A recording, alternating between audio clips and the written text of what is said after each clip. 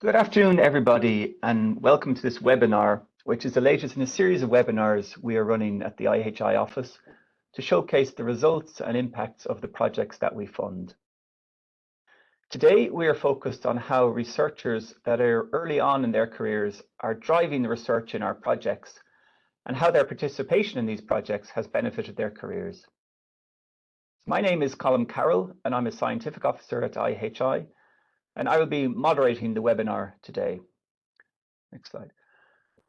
And I'm delighted to be joined by three excellent speakers who are representing a range of IMI funded projects. The speakers will introduce themselves more fully later on, but for now we'll just say good afternoon to each of them. So I'll ask them to turn on their cameras so we can say hello. Great, so welcome everyone. I'll start by introducing Elias Mayer, who works as a biostatistician at the Medical University of Vienna. Great to see you. Good afternoon. And then we also have Aline van Overbeek, who works in health outcomes for Pfizer here in Belgium. Hello, Aline. Hi. And finally, Pierre Bovin, who is a data scientist working in Lille Hospital. Good afternoon, Pierre. Good afternoon. Great to be here. Great. Thanks to all of you for taking the time out and joining us on this webinar.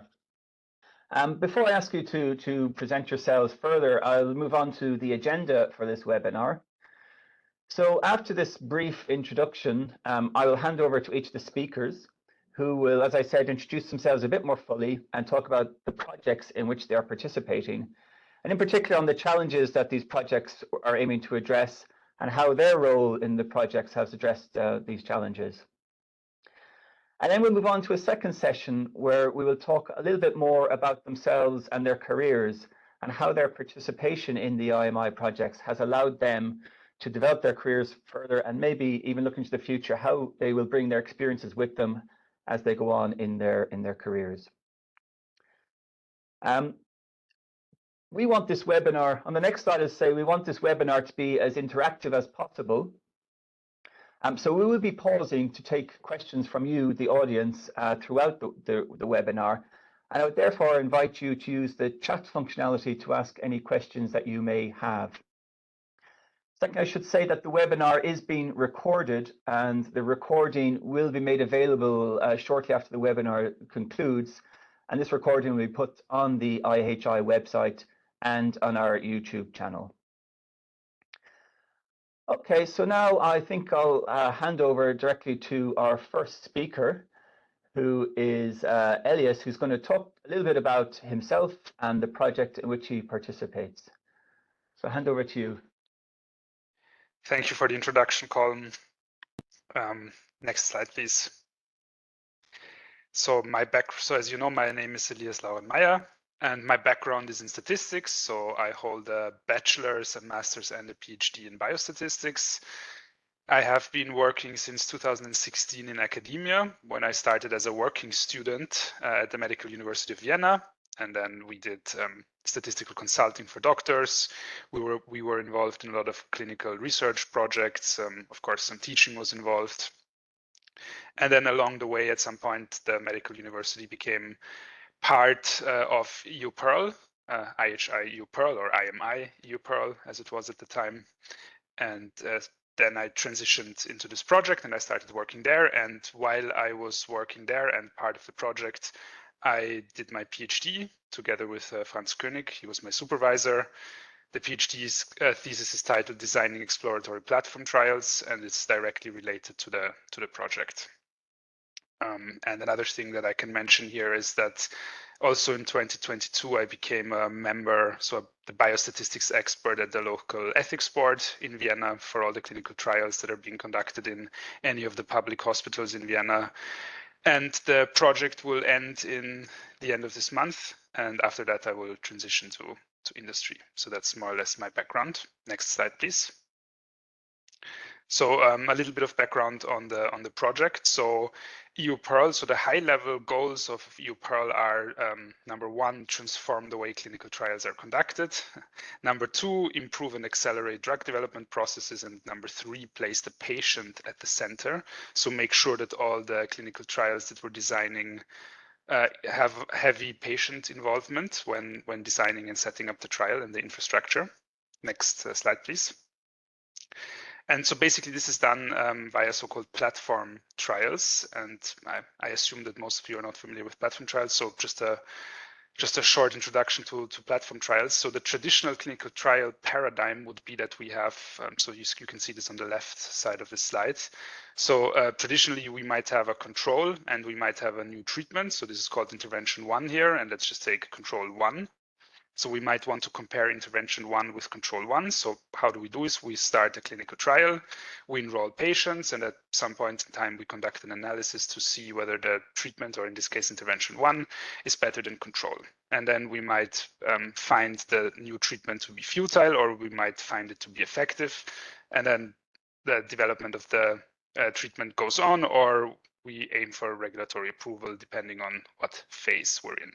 So, and traditionally this would happen for different sponsors independently. So every time we have, let's just take COVID as an example. So every time we want to test a new COVID treatment, we would have to also have a lot of control patients. So we would have a COVID treatment and we would have control patients, and we would do this independently for every COVID treatment that we want to investigate. And this, of course, is inefficient in many ways. And one of those ways being that we could use the information that we already have on the control patients and test several treatments against this batch of control patients and not keep enrolling new control patients. And this is what would happen in a platform trial, which you can see on the right-hand side, which is we have one overall trial infrastructure in which we have, let's say, a control, and then we test several different treatments, and they can enter the trial as soon as they're available. So we don't have to set up a new trial every time we have a new candidate, but we can just integrate the new candidate in the already existing trial. And that, of course, saves a lot of time and resources. Next slide, please. So to summarize, what could be advantages of platform trials? So from an operational point of view, more patients might be eligible for the trial because we test multiple different treatments and we have potentially different sub-studies within the trial, which means that the different treatments and sub-studies might have different inclusion criteria, thereby making more patients eligible for at least one of them. And of course, the joint trial infrastructure leads to savings in time and money for sponsors. And from a statistical point of view, maybe I will not go into too much detail here, but of course, these designs also have a lot of statistical efficiencies. So when it comes to patients, what benefit do such trials have for patients? So firstly, as mentioned before, there are increased chances for them to be eligible for at least one of the study arms. They have an increased probability of receiving an effective treatment and not a control or placebo treatment, and we will be able to make faster decisions. Next slide, please. So this is an overview of all the organizations involved in EU-PEARL, and here I circled the Medical University of Vienna on the left, which is where I'm located. Next slide, please. And so what were my contributions in this project? So I was mainly aiding the development of new statistical methods suitable for platform trials. Also, I was involved in providing software for the simulation of such platform trials. So I'm the main author of several R packages related to this. So they're called Cohort, Plat, CATS, and Simple. We also developed an R Shiny app to visualize simulation results. Me and colleagues from the Medical University, we published also a few papers on the design and simulation of platform trials. And in particular, one of the work packages in EU-PEARL was focused on non-alcoholic steatohepatitis, which is a liver disease. And in this indication, we set up a platform trial and we ran a lot of simulations, and then the results were used for regulatory interaction. So we had an ITF meeting with EMA and a CPIM meeting with FDA. And there's also one deliverable in the project, which is related to software, of which I'm one of the co-leads. Next slide, please. Yes, just some references. I think that's it for my slides, right? Can you continue? I mean, I think this part might be more suitable for the second part of the session, so we can skip it for now. Thank you. Great, thanks, Elias, for that overview of EU-PEARL and your contribution to it. As I said, I welcome questions from the audience on this, but while they're still coming in, there's a couple of things you pointed out there which are interesting for me. First of all, your background is obviously in statistics, and when you presented the different interventions and the common control arm, different interventions, it sounds like a statistical nightmare, I have to say. So it's great that people are working on this. Can you maybe point out some of the key elements from your point of view that you had to focus on to unravel this complication? And maybe in particular, when you went to the ITF at EMA, what were they looking for in this? So one of the novel features of such platform trials is that we have a control arm that potentially enrolls perpetually. So let's say we have a control arm and we might start enrolling in 2010. And then over time, new treatments are tested, but let's say none of them prove to be effective. So it might be 2023 and we might still have the same control arm. But when we now include a new treatment and want to decide which of the control patients we take for comparisons. So let's say we have a treatment that entered in 2021. And now the question could be, do we only use control patients that also entered the trial after 2021? Or do we use all of the control patients since 2010? And this is a problem. So this is called concurrent versus non-concurrent control patients. And this is a very heavily discussed topic. And for all of the regulatory interactions we had, so this was one of the questions that we asked them. So what is their point of view on using non-concurrent controls versus not using non-concurrent controls? So this is one of the maybe areas that require further research from a statistical point of view. That's interesting, and that will probably feed through to the next presenter, Eileen, who's going to talk about some projects looking at patient preferences and real-world data. I know one of the use cases for real-world data, potential use cases, is maybe to replace a control arm. But before I ask Eileen to start her presentation, there has been a question in the chat on the Our Shiny app, and the question is it open source? And I already know the answer to this because I was playing with it a bit earlier on, but maybe I'll hand over to you to answer. Yes, so it is open source. We run the app on a server at the Medical University of Vienna, which is so the link is accessible by everyone, but also the app itself is located on GitHub in a public repository. So maybe when the slides are shared at the end of the webinar, you can go to, I think, the list of references there when the references had the Shiny app in there. Yes, thank you. Okay, there's another question come through which I'll hold off to the end. But for now, maybe I'll hand over to Eileen from Pfizer, who can talk to us about her experience in PREFER and EHDEN projects. Yes, thanks, Colin. And thanks for having me here today. So Eileen van Overbeek, currently Health Economics and Outcomes Research Manager at Pfizer. And as mentioned, I was involved in 2 IMI projects at the time. And we can maybe skip to the next slide already, where I put a bit of a disclaimer, but here you can also see the history of IMI project.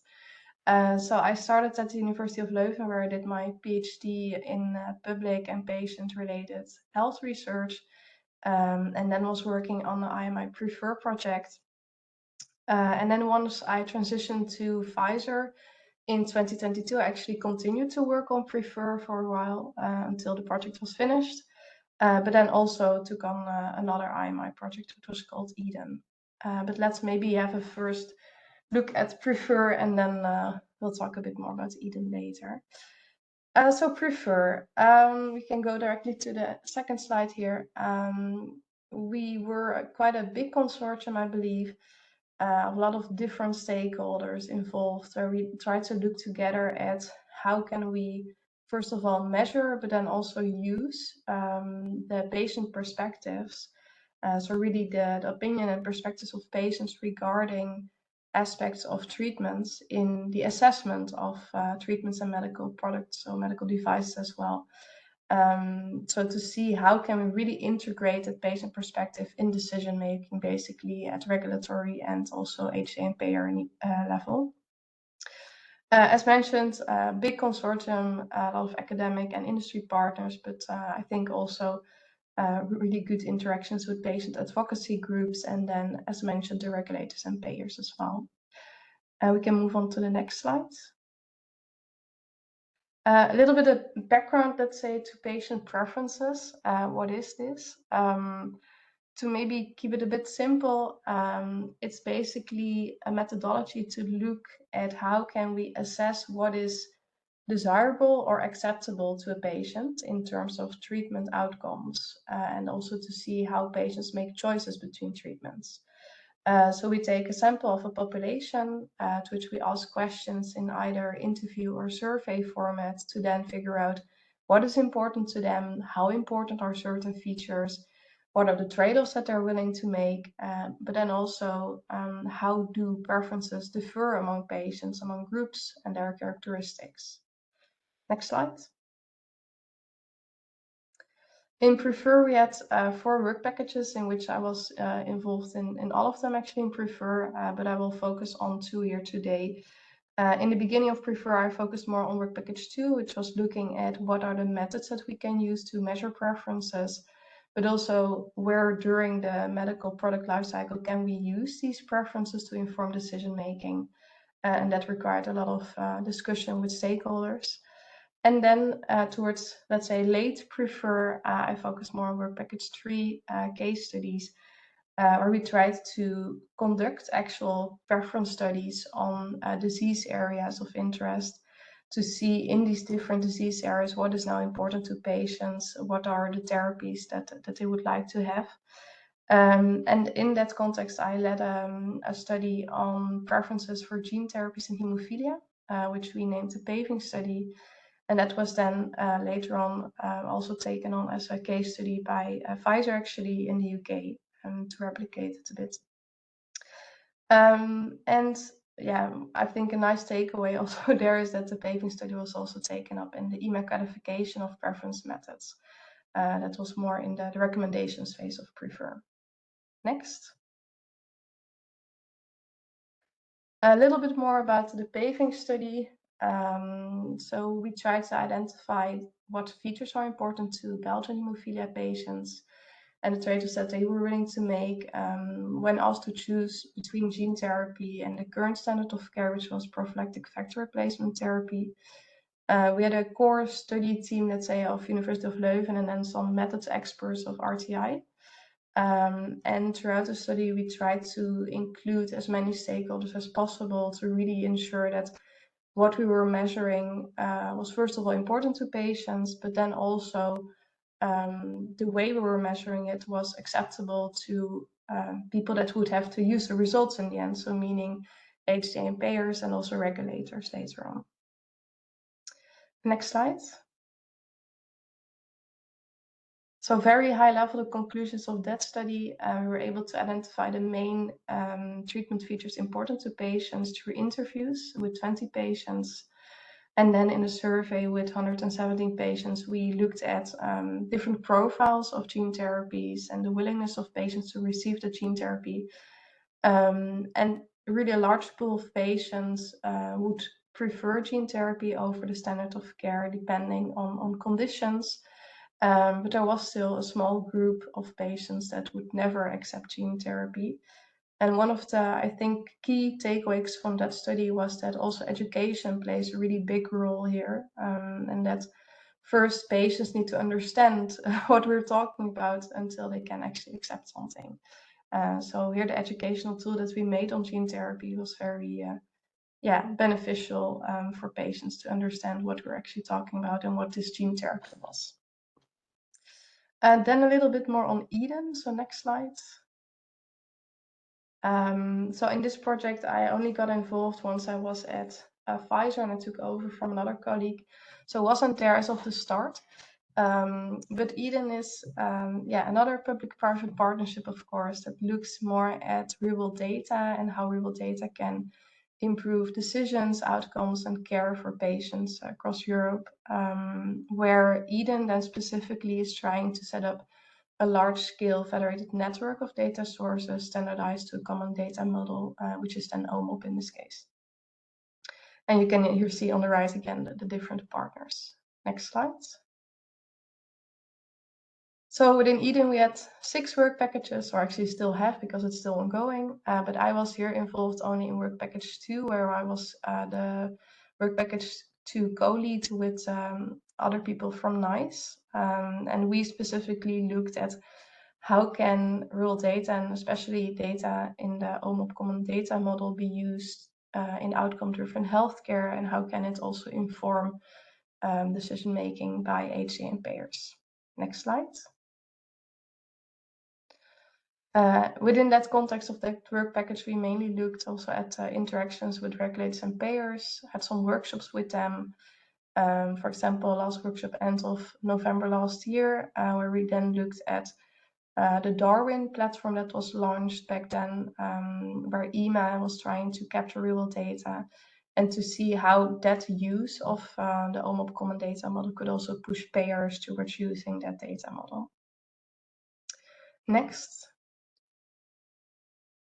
Some very high-level overall outcomes, but also nice to mention. I was a co-author on 17 published papers through these projects, did 12 presentations at congresses, and for me, one of the main impacts was also the many interactions that I was able to have with patients, regulators, payers, really, yeah, all of the stakeholders involved in healthcare in Europe and US as well. And with that, I would just like to thank both projects, also my supervisor at the time, Isabel Huis, my current boss, Rudy, and our current EHDEN lead advisor, which is Jimmy Tunas. Great. Thank you, Aline. Two very important projects. Maybe I'd just like to ask maybe a bit on Prefer. I mean, at IMI, IHI now, we're very proud that we're able to address the needs of patients and bring patients into our projects so we can really understand what patients need. Could you maybe talk about how, I know you did surveys with patients, but how were patients embedded in the actual project so you understood exactly what they wanted out of the project? Yeah, sure. So when you're thinking of patient preferences, it seems already patient-centric, of course, but we try to go the extra mile in actually involving patients in our research team. So we had meetings, as I said, with different stakeholders, but especially with the patients, the patient organization in Belgium for hemophilia, for example, which we made sure that within every step of the design of our study, we checked with them if what we were doing was relevant to them, how they would like to see things being worded towards patients, to really understand from their perspective what was needed to make the study as impactful and important to patients as possible. So we really had well, at least 2 patient representatives on board throughout the whole process of such a study. And that model was used in the other studies in Prefer as well. And we then also in the end even wrote a paper on how patients can be involved as partners in these studies. Great, thank you. There is a question in the chat about how preference studies fit in with value-based healthcare. Maybe we'll expand on that a little bit and say, what are the next steps for patient preferences? Where do we go from here? I know Prefer is finished. What's going to happen next? Yeah, so I think one of the biggest milestones was Prefer was to have that IMI qualification of methods. That IMI at least, let's say, agrees on certain methods that can be used to measure preferences.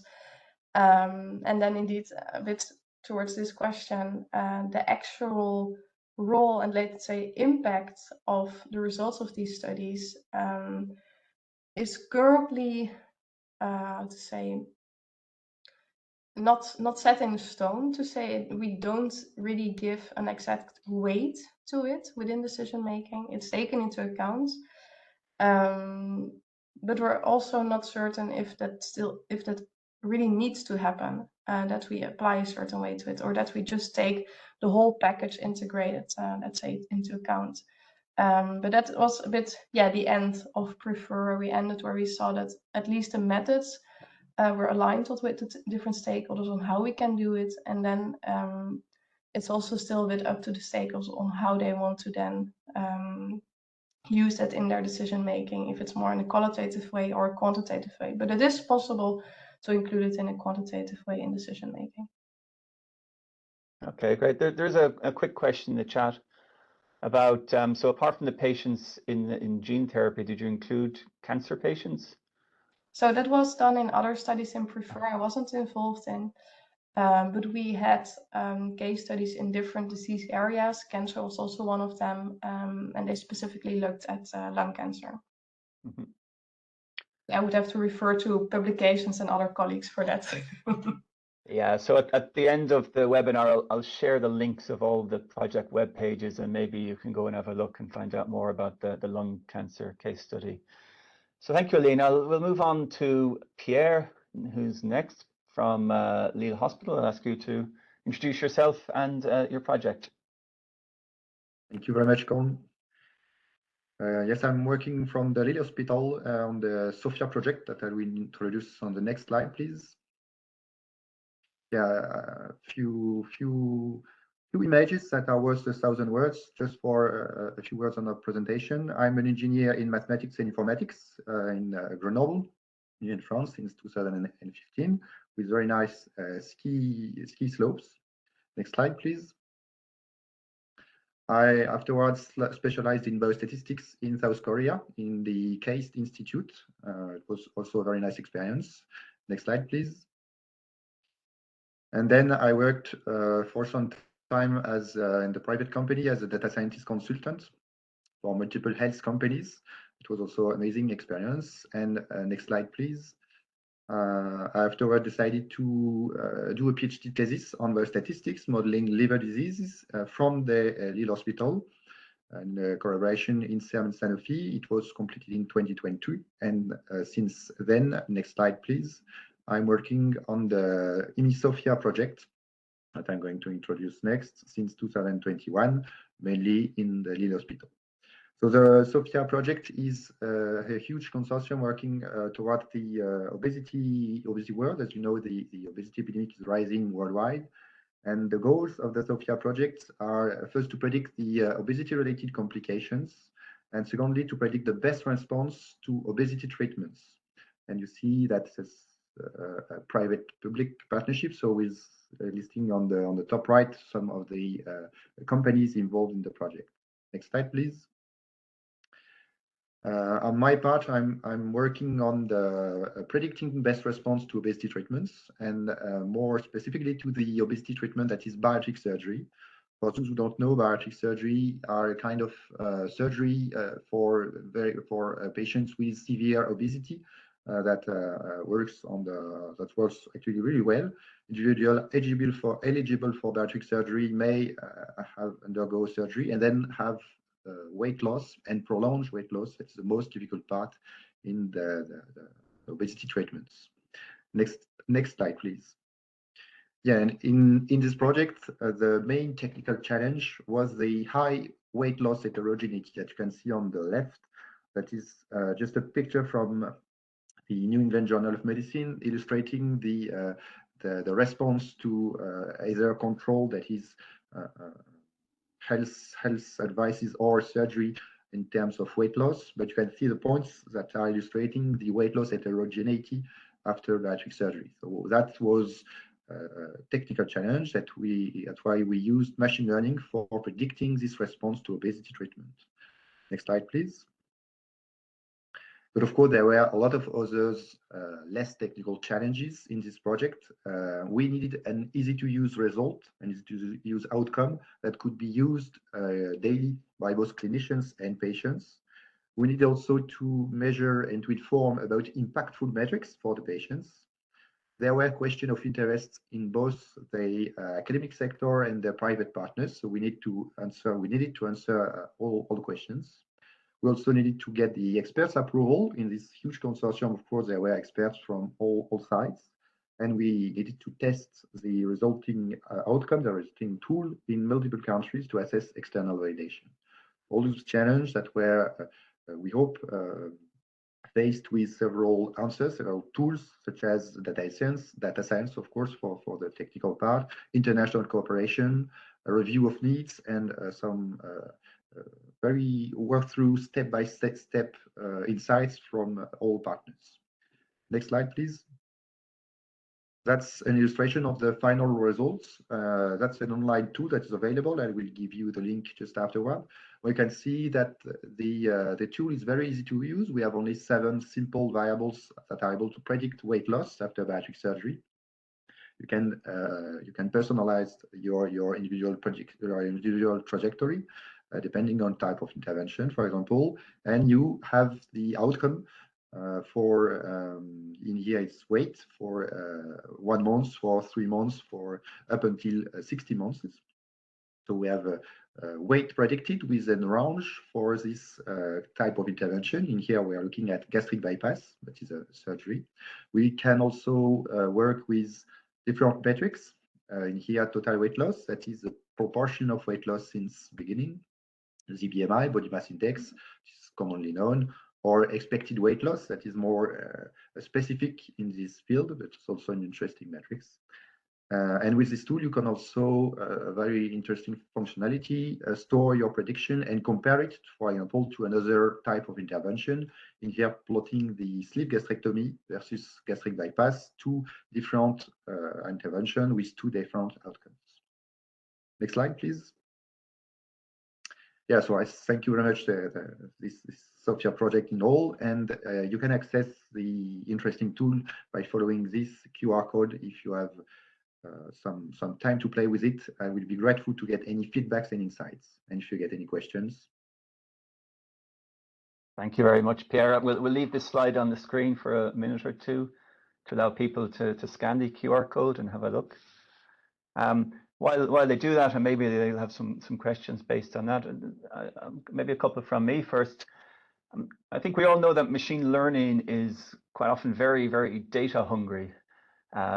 And you've generated some nice plots here. You must have had quite a lot of input data. Can you just let us know where that data came from?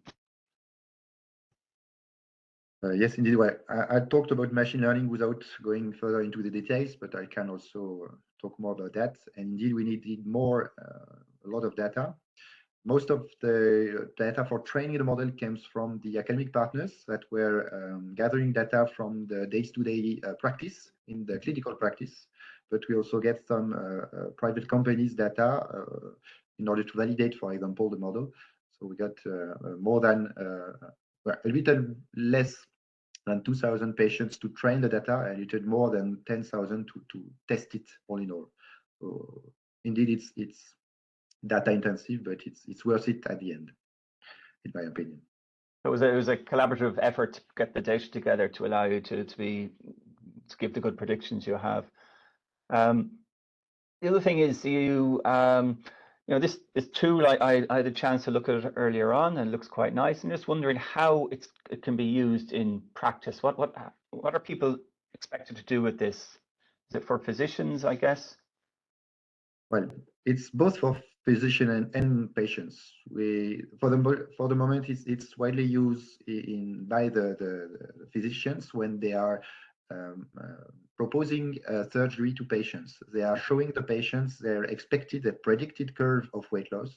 It serves as a matter of not overhyping the bariatric surgery, saying you will not reach normal weight in 1 year. You will follow this kind of curve, but it will help also to manage the patient's expectation on the other side. So for the moment, it's mainly used by physicians, but we get also nice feedbacks from patients that are using the tools to project themselves and to make the surgery more real and more and closer to them. And maybe we could kind of think of that in terms of what Aline presented on, in terms of patient preferences, how patients can understand what their different options are, and maybe they can express a preference, and it gives to a better outcome for the individual patient, which would be quite nice. There's a couple of questions in the chat. One is on, you mentioned here that there's a small number of variables, which makes it, I guess, quite easy to use, but are you planning to build in additional factors which you will take into account? That's an interesting question. Indeed, additional factors could provide an added accuracy, but our first goal was to have an easy-to-use tool. So for this, it's important to make it simple. The simpler, the better. I think people will more use it if it's with 7 simple variables than with more deep variables. And moreover, we need to validate the tool, and it's important to get to be able to have the same variables in every validation course. For this, it's unlikely that we'll add very much more detailed variables. Otherwise, there is an update that is planned for this model that is adding the weight after surgery. So it will be helpful for patients after surgery as a follow-up tool. And then we may add some variables if they prove themselves very important. Okay, and then there's one other question, which is about the generalizability. So again, maybe on the source data, have you taken into account different countries, different diets, different habits, and so on? Maybe different backgrounds. Interesting question. If you can get 2 slides later, 2 more slides. I think I have a map I want to show regarding the different countries. Yeah, this one. That's all the data that we use for the model, both for training and for testing. Actually, the training was mainly done with French data. And we tested the model on a lot of countries, so from Sweden to Mexico, Brazil, Singapore, and we get very nice results even in other countries. So for this, we are quite proud of the results.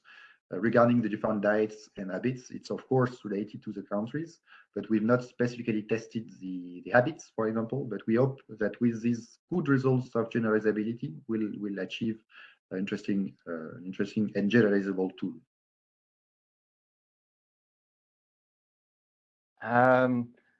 Great. So thanks for that, Pierre. I think we'll close there and we'll move on to the next session, where I think we'll ask Eileen and Elias to turn their cameras on again, and we'll have a more general discussion on maybe stepping back a bit from the projects themselves, and maybe talking more about you and your careers and how your work in these projects has helped you, furthered your careers, etc., etc.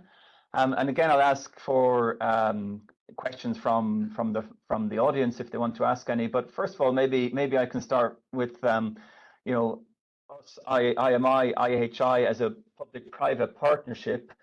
All our projects are public-private partnerships, so publicly funded organizations, and under IMI it was mostly private pharmaceutical companies working side by side to hopefully advance knowledge, hopefully advance research further than would normally be done. How did you take advantage of this platform, these public partners, private partners, to further your career, essentially? How did you take advantage of this to do your work and so on? I don't know who wants to go first. Will I pick? I can have a go if you want. So I think, first of all, these projects are a great platform to get a better understanding of activities of these 2 different parties, let's say, but also of other stakeholders that are involved in healthcare. So it gives you a very wide view on, let's say, potential jobs also that are out there, which I think for me was also very interesting. And after finishing Prefer, for example, there were different directions that I could go in. It then also gives you a view on how different stakeholders work. So, for example, how industry works versus academia. There are some differences, let's say, for example, regarding deliverables and timing, and then the way that they're maybe a bit more results oriented. Gives you just a better understanding. And then third, I think, is the network that you gain through participating in these projects, and the type of people that are involved in these projects through academia and industry are often, I would consider, somewhat high-level profiles. So really great connections that you can build with them, but also with regulators and payers. And those connections will also help to move ahead with your career. Thanks, Celia. Maybe, Elias, I can ask the same to you. I know on the slide we skipped through relatively quickly. You mentioned various opportunities that the project offered you. Would you be able to comment on those a little bit and how that helped you develop? Yes, I can comment on that in a moment. Just one other thing that I wanted to add to before. So one thing that was very important for me to see was So for example, when designing one of the clinical trials and when running simulations and when then, for example, deciding which metrics to use to tune the design, you can see that different stakeholders have different preferences and different metrics that are important to them. And that's also quite interesting to see that you need to find a common ground between, for example, keeping certain statistical quality criteria while at the same time guaranteeing for sponsors that decisions will be reached fairly quickly, while at the same time guaranteeing for patients that, for example, their probability to receive an ineffective treatment is as low as possible. Things like this. So this I just wanted to add to what Eileen already said. And to your question, so for us it was very nice because we had some opportunities to do some secondments at other organizations. So for example, a colleague from Berlin visited us last month in Vienna, and I was able to visit also Novartis in 2019 before COVID started. And as you mentioned before, so when the project ends in the end of the month, I will also have a new job in the industry at actually one of the partner organizations, which I don't think would have been possible in the same way if I hadn't been part of the project. That's great, and you've neatly answered a question we got in the chat earlier on about how would your career have had a different path had you not been part of the project, which is great. Pierre, I don't know if you want to come in on this and talk about the public-private interaction, how it's helped. What have been said, I'm very much agreeing. Even when we are most specific differences are the differences in work style. There are a lot of different work styles, and it's very insightful to get all of them and to develop the skills to be able to have the different work styles. Also, as I think it was Eileen says, there is a good overview of the jobs, the needs also from the different partners. It's interesting to get this overview and also the priorities. Yeah, I think all have been said. I must not emphasize more. Great, thanks. I mean, one thing we obviously focused there on the public-private nature, so kind of academia and industry. But as you've seen from the presentations you all gave earlier, there's much more than that on the IMI platform. We're very proud of the fact that we get a lot of patients involved in our projects, but we're also a place where the payers, the HTA agencies, the regulators also feel comfortable working alongside perhaps some of the industry partners, which is not a natural fit normally. Would you, have any of you any experience on how perhaps you've interacted with these types of stakeholders to give you an insight which you wouldn't normally have in the way the research works?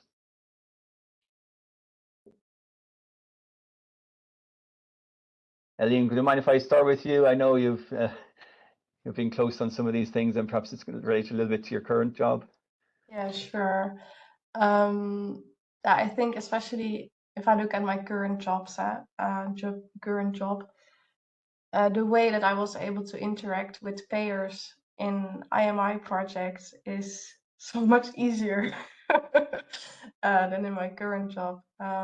When you're, let's say, working in these silos of industry versus payers, for example, and you want to have discussions on products, it's very much regulated how you interact. It's very close, let's say, and through the IMI projects, it's a very open platform to exchange thoughts, ideas, but also hurdles that you face. And then you actually see, and that comes back to, I think, what Elias also mentioned, you see the different struggles that all of the stakeholders have, and you actually see that you have more in common than that you would think, maybe in the beginning of a project. I hope that answers the question. Thanks, Eileen. I don't know others. Elias, you mentioned it as well, I think. Yeah, so maybe just to add to this, so we also had some regulatory agencies as part of our stakeholder groups. So they were involved in discussions from the very beginning, which of course made it a little bit easier when then we had the formal interaction with the regulatory agencies, because we could already expect certain questions and certain opinions. Yes, I should mention, I mean, you mentioned the ITF, which for those of you who don't know is the Innovation Task Force at the European Medicines Agencies, where you can have a discussion before you go to more formal advice, and it's a nice platform. But as you say, if you've already had some interactions with regulators before you even go there, you can be much more efficient and make much better use of that interaction. I mean, in my case, maybe it was even a little bit easier because my PhD supervisor and the head of my institute both have a regulatory background, so that made it even easier. Well, important expertise to bring into our projects. I mean, Pierre, you mentioned your app is not yet validated; it's under validation steps. So I don't know if you've had these discussions with regulators, or I don't know if it'd be classified as a device or something. But is this something you're discussing in the SOPHIA project? Not at the moment, so I may dodge your question and talk about patients, because in my opinion, it's the patients who are the more prone to validate the tool. Well, aside from the technical machine learning validation, but we've exchanged a lot with patients, and it's actually very interesting to work with them, and even before validating, before ever starting the project. I remember it was at the middle step of the project, we are very, very proud of our tool, and we were trying to showcase it to a patients association, showing let's look at our metrics, let's look at our results. We get nice small errors, but they were not very much interesting for the patients, and we just need a switch in metrics and a nice visualization tool to get their intention and to get their feedbacks. And sometimes it's important to get them before validating the project. It's the first step before validating from the payers or from the regulatory boards. Okay, let's go to the chat. There's one of I think not quite sure. This question is how would you get postdocs or engineers into a project? And I guess maybe the question I can turn around a little bit and say, how did you join the project? How did that happen? Well, maybe all three of you. What were the first steps for you to get into the project in the first place? Pierre, you're centermost on my screen, so maybe I'll ask you first. With pleasure. How did it work from me? It was very smooth at the beginning because I was like consulting on the side, and it was a very interesting project. So I put myself more and more in investing time and energy in this project, and more I was the one interacting with the other analysts from the project. The SOPHIA, I don't know for the others, but the SOPHIA project is with a huge number of projects, very difficult to keep track of all of them. But as I was very much invested, it was my way in this SOPHIA project as the main interlocutor for the SOPHIA Lille side. That's for me. Okay. Anyone else want to say how they first got involved in their first project? Sure, I can go next. For me, it was also quite smooth and easy, actually, because the medical university and particularly my supervisor, there was already a collaboration with Novartis, with one of the partners, also of the European Union project, on the same topic previously, and then sort of this transitioned very smoothly into the bigger research project. Okay, then I can maybe give a bit of a different perspective. Also smooth, and not that wasn't smooth, but I got into contact with my, let's say, my PhD supervisor when I did my master thesis, actually, in biomedical sciences. And back then I was working on a topic that was looking at perspectives of patients for biosimilars.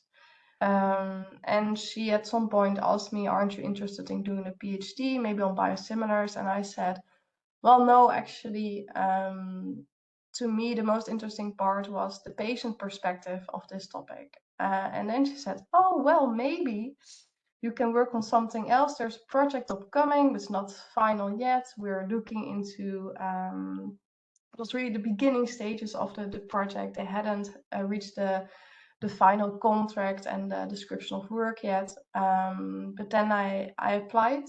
So they really opened positions within the project. I think across 3 universities, they opened 5 PhD positions, but also postdocs.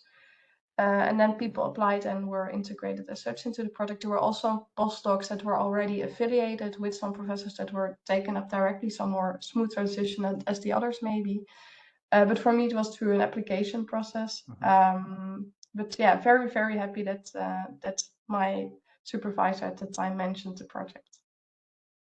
Great. So, I mean, maybe just to follow on from that, it sounds like all three of you have, enjoyed your time on the projects, benefited from them. What would your advice be to somebody, a younger version of yourself, perhaps, before you went to the project? What would you say to them about, how to get in, what the opportunity is? What would you say? Yeah, I think for myself, I was hesitating a little bit at the beginning because I had another opportunity I could start with, but I already saw the, let's say, the benefit of this huge platform with a lot of different stakeholders and industry being present there. So to me, my advice would then be don't hesitate, just go for it. It's a really, I think, a very big learning curve that you can have. And also maybe something during the project is to also enjoy it. I definitely enjoyed it, but I think IMI projects can be quite demanding. There are a lot of time is deliverables that you have to work towards. But I definitely enjoyed it, and it's just about the people that you work with, and the collaborations that you set up, the connections that you make, that it really make it also fun to work on it. Thank you. The others, what would your advice be to someone who's maybe hesitating? Yeah, I fully agree with what Aline mentioned. And one other thing that I would add is to so the advice that I would give is to get involved, because as Aline mentioned, it's difficult and it's tough, and there are many challenges and many different perspectives. But if you get involved, then you have also the chance to learn. And I think particularly for young researchers at this stage, there's many different things to learn, either when it comes to different job opportunities or just the research questions themselves. Get involved in as many parts as you can and learn a lot. That would be my advice. Yeah, I like it. I like the get involved with as many parts as you can. I totally agree with that.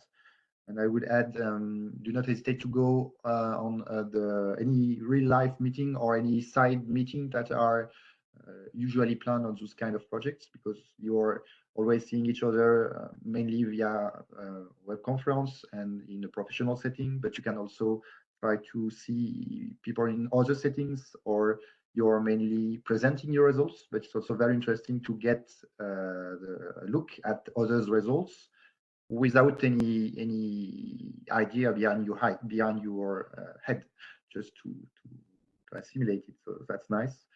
At the beginning of the project, for example, I was more younger than now, and I went heads on with full energy on my project without a lot of sightseeing, And now I should say to my younger self, do sightseeing on this project.